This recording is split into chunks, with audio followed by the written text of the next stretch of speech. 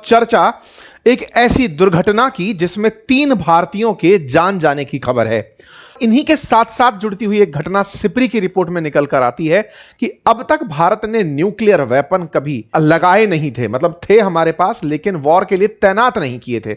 लेकिन सिप्री का मानना है कि भारत 10 से अधिक न्यूक्लियर बॉम्ब को तैनात कर चुका है। क्या है इन सारी बातों के मायने, आज के सेशन में एक एक करके आगे की तरफ बढ़ेंगे, जिक्र समझेंगे और भारत क्या कर रहा है सभी को आगे बढ़ते हुए समझेंगे। लेकिन मैरीवैक्स नाम का जो जहाज है, इस पर हमला होता है 8 जून के दिन। इस जहाज में सवार लोगों को इंडियन नेवी बचा कर लाती है। यह इंडियन नेवी का हेलीकॉप्टर है और यह नेवी के द्वारा बचाए गए लोग हैं जिन्हें सुरक्षित बचा लिया जाता है। 8 तारीख के दिन, फिर से याद दिला दूं, यह वो वाली घटना का दौर था जब ईरान इजराइल का शुरुआती दौर अभी शुरू हुआ था, आज से 3 दिन पहले। ठीक है साहब। यूएस से पूछा गया कि साहब उस पर आपने हमला किया था? यूएस ने कहा हमने ही हमला किया था। साहब क्यों किया था? बोले ये है ना, प्रतिबंधित क्षेत्र से गुजर रहा था, पलाऊ का झंडा लगाकर गुजर रहा था। अब आपको समझ में आ गया, पलाऊ अपने आप में एक इंटरनेशनल खबर बन चुकी है। पलाऊ का जहाज जा रहा है साहब। ठीक है। एमटी मैरीवैक्स, पलाऊ आप वैसे भी नहीं जानेंगे कौन सा देश इतना अमीर हो गया कि 3 दिन में तीनों जहाज ठुक रहे हैं, तो साहब उसी के ठुक जा रहे हैं। ठीक है। तो साहब एंटी मैरीवैक्स नाम से कोई जहाज है जो कि पलाऊ फ्लैग्ड है, उस पर अमेरिका ने कहा हमने हमला किया। बोले क्यों किया? बोले ये है ना उस वाले पानी से निकल रहा था जिसको हमने प्रतिबंधित कर रखा है। यूएस ने कहा कि ये ईरान का तेल लेकर जा रहा था। ईरान का तेल मतलब समझना, ईरान अपने तेल को ऐसे ही शैडो फ्लीट्स के माध्यम से बेचता रहा है। शैडो फ्लीट्स क्या है? बहुत बार ऐसी भारतीय कंपनियों को अमेरिका ने प्रतिबंधित किया है, यह कहते हुए कि आप ईरान का तेल बेच रहे हैं। झंडा ना तो भारत का लगा रखा है ना ईरान का, किसी दूसरे देश का झंडा लगाकर तेल भरा और निकल लिए। अमेरिका ने बार बार इन्हें रोकने की कोशिश की। इन जहाजों में जो क्रू था वो भारतीय था, भारतीय क्रू था, अमेरिका का हमला था, भारत ने क्रू को बचा लिया, हो गया साहब। इंडिया ने इस बात के लिए अपनी तरफ से मिनिस्ट्री से जब पूछा गया तो उन्होंने कहा कि हां हम लगातार ओमान के संपर्क में हैं। हो गया साहब, पहला दिन खत्म। यह 8 तारीख की खबर है, 3 जहाजों की कहानी है। ईरान ने इजराइल पर 30 बैलिस्टिक मिसाइलें दागी और चर्चा होने लगी कि खूब दिन युद्ध चलेगा। लेकिन ट्रंप महोदय आते हैं, कहते हैं कि मैंने दोनों को समझा दिया है, अब हमला नहीं करना है। ओके सर, आपने बहुत बड़ी शांति करा दी। काउंट कराइए कितनी बार हो चुकी, तो साहब काउंट करा भी सकते हैं ये। खैर, इस बीच में ईरान ने इजराइल पर हमले रोकते हुए कहा कि देखिए हम हमले रोक रहे हैं क्योंकि आप लेबनान पर कर रहे थे, इसलिए हमने रोक दिया। आगे हरकत करोगे फिर से हमला करेंगे। नेतन्याहू ने कहा ठीक है साहब, मैं ट्रंप के कहने पर रुक गया हूं, कोई बात नहीं। अमेरिका का यह कहना और ईरान का इस तरह से मानना कि देखो बेटा दोनों झगड़ रहे थे, हम भी रुक गए, तुम भी रुक गए, हमारी जीत काउंट की जाएगी। इस बार आप हमलों में यूज हुई मिसाइल देख सकते हैं, कैसे वेस्ट बैंक में औंधे मुंह पड़ी मिसाइल। यह अपने आप में बताती है कि इजराइल तक ईरान की मिसाइल्स पहुंच रही हैं और कितनी बड़ी बड़ी मिसाइल। मतलब आप केवल अगर उसका शैल भी देखें, अगर यह 6 फीट का आदमी हो तो कम से कम 15 फीट तो ऊपर लटकी हुई है। कितनी भीषण भीषण मिसाइलें दागी गई थी, बैलिस्टिक मिसाइलें ईरान के द्वारा। ओके साहब, अब क्या होता है, यह अगले ही दिन खबर बीतती है और आ जाती है 9 तारीख। 9 तारीख के दिन खबर निकल कर आती है कि साहब हमारा एक जहाज, एक हेलीकॉप्टर जो है, अमेरिकी हेलीकॉप्टर जिसका नाम अपाचे हेलीकॉप्टर है, उसे ईरान वालों ने निशाना बना लिया है। मतलब 8 तारीख को अब्बा शांति करा के सोए थे कि अब झगड़ना नहीं है। ओके, 9 तारीख के दिन ईरान वालों ने अमेरिकी हेलीकॉप्टर, एक अपाचे हेलीकॉप्टर जिसे दुनिया का सबसे उन्नत हेलीकॉप्टर माना जाता है, युद्ध में काम लिया जाने वाला हेलीकॉप्टर है, भारत को भी दिया हुआ है, उस हेलीकॉप्टर पर ईरान वाले हमला कर देते हैं। उसमें दोनों पायलट्स तो बच जाते हैं। खबर लेकिन बड़ी बनती है कि ट्रंप कहते हैं इसका तो हम बदला लेंगे। साहब इस हेलीकॉप्टर का नाम AH-64 अपाचे हेलीकॉप्टर था। अमेरिका इस पर चुप बैठ जाएगा तो बेइज्जती हो जाएगी। इस हेलीकॉप्टर को तुमने निशाना बनाया है तो हम बदला लेंगे। मतलब 8 तारीख तक खबरें चल रही थी इजराइल और ईरान की, अब अमेरिका भी इनवाइट हो गया। अमेरिका इनवाइट हुआ कि चलो साहब हमने अपने आदमी बचा लिए, अब हम बदला लेंगे। मतलब इतना फ्रेंडली फायर चल रहा है ना कि ईरान ने इजराइल को मारा, इजराइल ने ईरान को मार लिया। भाई हो गया, दोनों का एक एक विकेट हो गया। अब उधर से तरफ से ईरान ने अपाचे मारा, अमेरिका ने कहा देखो मारना तो नहीं चाहते लेकिन बेइज्जती हो जाएगी, इसलिए हम ईरान को मारेंगे। लीजिए साहब, इन्होंने ईरान को निशाना बनाना शुरू किया। ट्रंप से पूछा गया क्या करेंगे? भाई हमको हिट करना पड़ेगा। 10 जून को ट्रंप ने कहा हमको हिट करना पड़ेगा। यूएस ने साहब उठाकर 10 तारीख को ईरान के ऊपर हमले करने शुरू कर दिए।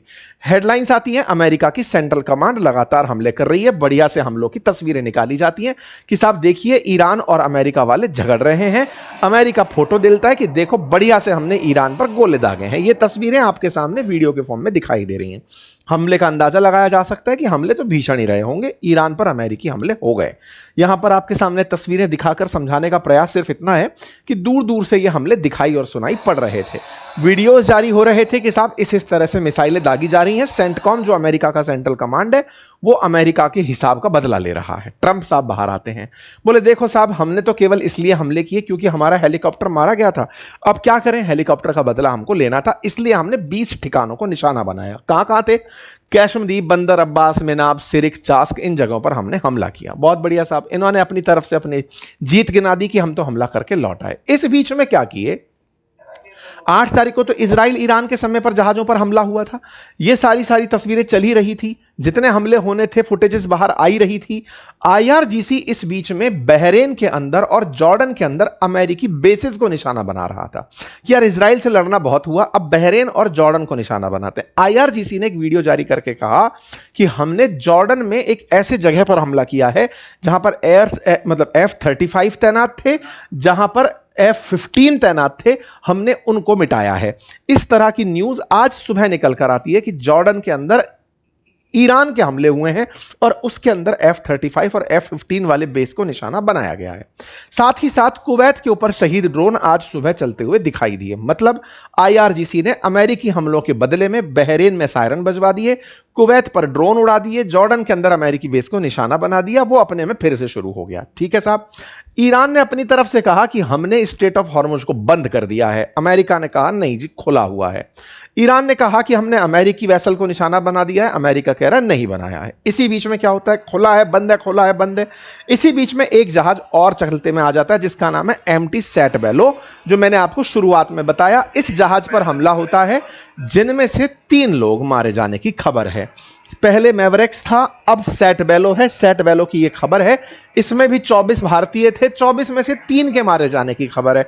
अब समझ रहे हैं कि कहानी कहां चल रही है। ये कोलेटरल डैमेज में हो जा रहा है, मतलब लड़ कोई और रहा है, जहाज भारत के। अब इंटरेस्टिंग बात है, कोई नहीं बोल रहा है कि भारत के जहाज है, मैं भी नहीं बोलूंगा भारत के जहाज है। सैट बेलो है जी, एक्वा करके कंपनी है। ढूंढ रहा था, मेरे को गूगल ने चंडीगढ़ से रिलेट कर दिया था, पर मैं क्लेम नहीं करूंगा जी कहां की है। मैं तो बस यही बोल रहा हूं, पलाव का झंडा था, जैसे हमारे देश में बोला जा रहा है पलाव का झंडा था साहब। ठीक है, पलाव कोई दूसरा देश है दुनिया के अंदर जिसका झंडा था, उस झंडे से लगा हुआ एक जहाज था, उस पर हमला हुआ और हम लोगों ने अपनी प्रतिक्रिया तीव्र वाली दी है भाई साहब। हमने चार्ज डी अफेयर को बुलाया है अमेरिका के और कड़ा विरोध दर्ज करा है। बहुत कड़ा विरोध दर्ज कराते हैं आजकल हम, तो हमने बहुत कड़ा विरोध दर्ज करा दिया है कि साहब ये वैश्विक व्यापार मार्ग में भू राजनीतिक तनाव के असर से हमें बचाया जाना चाहिए। इस पर बकायदा इंटरनेशनल मैरीटाइम ऑर्गेनाइजेशन ने भी यही कहा कि पलाव फ्लैग्ड जगह पर हमला, वेसल पर हमला होना दुर्भाग्यपूर्ण है। मतलब आप सोचकर देखिए, क्या ही टिप्पणी की जाए, मतलब कैसे बोला जाए। समझदार समझ गए होंगे, मैं भी नहीं बोलेंगे, आप भी नहीं बोलेंगे, है ना। क्यों नहीं बोलेंगे? क्योंकि फिर अमेरिका से आपको झगड़ना पड़ेगा। किस बात से झगड़ेंगे आप? आइए साहब, तो ऐसी स्थिति में अब चर्चा ये निकल कर आती है कि सेंट बेलो में 3 भारतीय लोगों की मौत हो गई। सर्बानंद सोनेवाला जी ने फाइनली उनको ट्रेजिक इंसिडेंट मारते हुए पलाऊ फ्लैग्ड एमटी सैट बेलो पर 3 भारतीयों की मौत के ऊपर शोक व्यक्त कर दिया है। ठीक है साहब। चलिए, अब इसी बीच में एक खबर और तैरने लगती है उसी हैंडल से, जो सैट बेलो की खबर लेकर आया उसी हैंडल से आती है कि 20 भारतीय सीफेरर्स एमटी जलवीर पर भी थे। उनका क्या हुआ? जलवीर की जलती हुई घटना भी निकल कर आ रही है। तो तीसरी जो 9 मतलब अभी तक प्योर पुख्ता खबर नहीं है, वो जलवीर की है। भाई साहब, 3 दिन के अंदर 3 जहाजों पर हमले की खबरें आ चुकी हैं, लगातार कैजुअल्टी हो रही हैं और आप और हम केवल इनकी चर्चाएं ही कर पा रहे हैं। स्ट्रेट ऑफ हॉर्मुज पर अमेरिका, ईरान, इजराइल जो झगड़ रहे हैं, कैजुअल्टीज हमारी हो रही हैं, दुनिया के लिए व्यापार बाधित हो रहा है, तेल की कीमतें दुनिया भर में बढ़ रही हैं। पर मजाल है साहब, कोई भी देश निकल कर आए और कहे कि आप गलत हैं। आप में से कुछ लोग कहेंगे हम निकल कर कह सकते हैं, सरकारों से पूछिए साहब। बहुत से देशों का नुकसान हो रहा है, पूरा गल्फ एक तरह से हॉस्टेज हो रखा है, पर बोल नहीं पा रहा है। आप लोग इस पर क्या देखते हैं बताइएगा।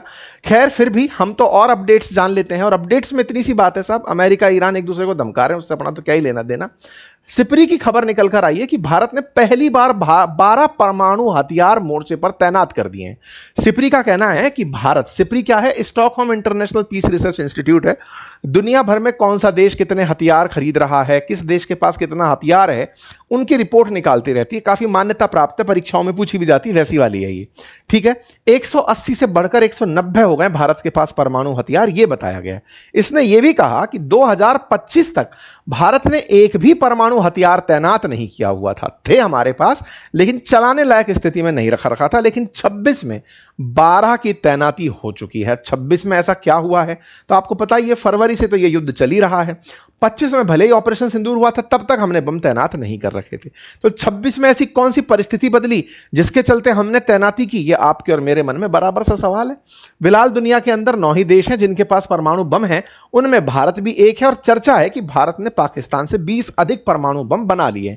यह सिपरी का मानना है। ठीक है साहब, कुल मिलाकर भारत दुनिया का सबसे बड़ा सैन्य खर्च करने वाला 5वां बड़ा देश है। इंपोर्ट में दूसरे नंबर पर आता है और 86% दुनिया में परमाणु हथियार अमेरिका और रशिया रखते हैं। बाकी फिर आपका और हमारा नंबर आता है। ठीक है साहब, आपका हमारा मतलब भारत का नंबर आता है 190 पर, फिर पाकिस्तान, इजराइल, नॉर्थ कोरिया के नंबर आते हैं। ठीक है साहब, फिलहाल के लिए जानकारी के रूप में इतना ही। आप विषय पर क्या सोचते हैं अपनी राय जरूर रखें। चैनल पर नए हैं तो सब्सक्राइब कर लें साहब, आप थोड़ा सा कष्ट सब्सक्राइब वाले बटन पर दे दें